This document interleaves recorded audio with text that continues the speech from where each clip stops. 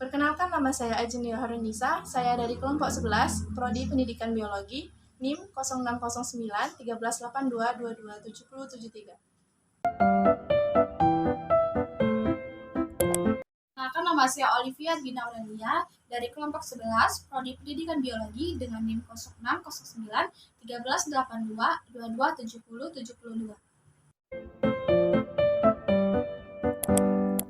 Perkenalkan, nama saya Kansa Esnafa Supriyadi dari kelompok 11, Prodi Pendidikan Biologi dengan NIM 0609 1382 227084. Baik, saya akan menjelaskan tentang asal-usul asam amino. Asam amino yang merupakan monomer atau satuan pembentuk protein adalah suatu senyawa yang mempunyai dua gugus fungsi, yaitu gugus amino dan gugus karboksil.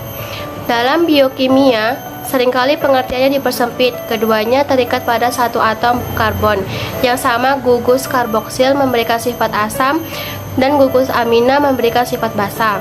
Kemudian asam amino merupakan komponen utama penyusun protein dan dibagi dalam dua kelompok, yaitu asam amino esensial dan non-esensial.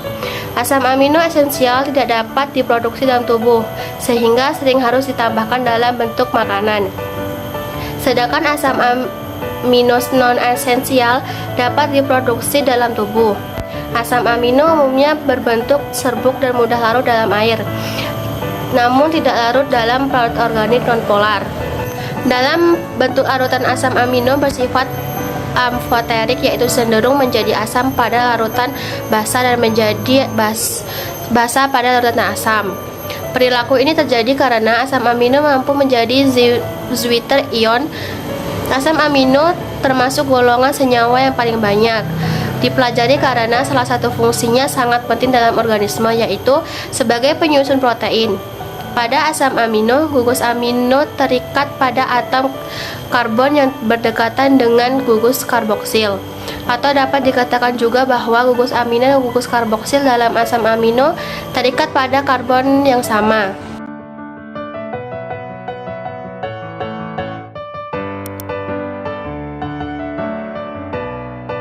Saya akan menjelaskan kandungan yang ada di dalam kacang kedelai. Jadi di kacang kedelai ini nutrisi kedelai agak unik dibandingkan jenis kacang-kacangan yang lain, karena kedelai tinggi kandungan protein dan lemak serta lebih rendah kandungan karbohidratnya. Kedelai tinggi kandungan proteinnya. Pada kebanyakan kacang-kacangan lain, kadar proteinnya berkisar 20-30%, sedangkan pada kedelai 35-38%. Kalau protein dalam produk-produk kedelai bervariasi, misalnya nih, tepung kedelai 50%, konsentrat protein kedelai 70%, dan isolat protein kedelai 90%. Kedelai merupakan penghasil minyak yang tinggi. Minyak kedelai rendah kandungan lemak jenuhnya, yaitu sebesar 15%, dan tinggi kadar asam lemak tidak jenuhnya, yaitu 61%. Lemak tidak jenuh ganda atau kita sebut PUFA, dan 24% lemak tunggal. Minyak kedelai merupakan sumber asam linoleat yang baik.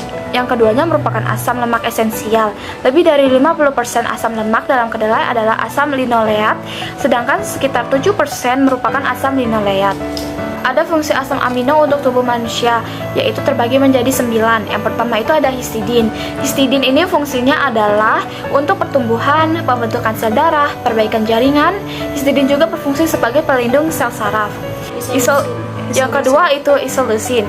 Isoleusin ini berperan dalam penyembuhan luka, meningkatkan daya tahan tubuh, mengatur kadar gula, memproduksi hormon. Yang ketiga ada leusin. Komponen ini berperan untuk mengatur kadar gula darah serta pertumbuhan dan perbaikan otot maupun tulang. Yang keempat ada lisin, yaitu fungsi asam amino lisin ini membantu pembentukan otot, menguatkan tulang, penyembuhan dari cedera. Komponen ini juga berfungsi untuk mengatur hormon, antibodi, serta enzim di tubuh. Yang kelima ada metionin.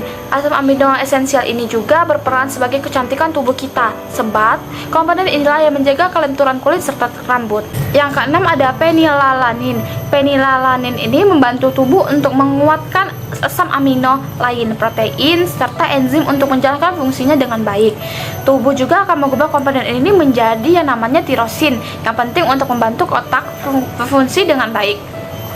Yang ketujuh ada theoronin. Theoronin ini Penting untuk kulit dan gigi yang sehat sebab komponen ini terkandung dalam enamel. Yang kedelapan ada triptopan. Triptopan ini sangat penting dalam pertumbuhan bayi dan merupakan pemicu produksi serotonin dan melatonin. Yang kesembilan atau yang terakhir yaitu valin. Valin ini penting agar kita dapat fokus dalam berpikir. Selain itu, komponen ini juga memiliki peran penting dalam koordinasi otot dan emosi.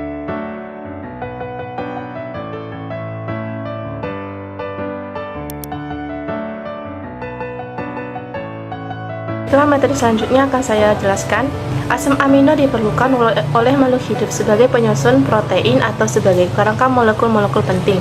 Ia disebut esensial bagi suatu spesies organisme apabila spesies tersebut memerlukannya tetapi tidak mampu memproduksi sendiri atau selalu kekurangan asam amino yang bersangkutan. Bahan yang digunakan adalah kacang kedelai. Kedelai memiliki nilai gizi, terutama protein, hampir sama dengan sumber protein hewani seperti daging, ikan, susu, dan telur. Asam amino yang tinggi pada kedelai antara lain isoleucin, leucin, lisin, phenylalanine, valin, dan arginin.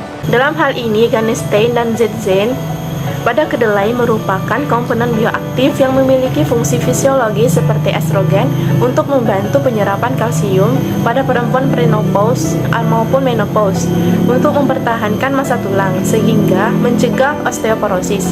Ini juga untuk bisa mencegah berbagai penyakit degeneratif seperti kanker, hipertensi, dan diabetes serta penuaan dini.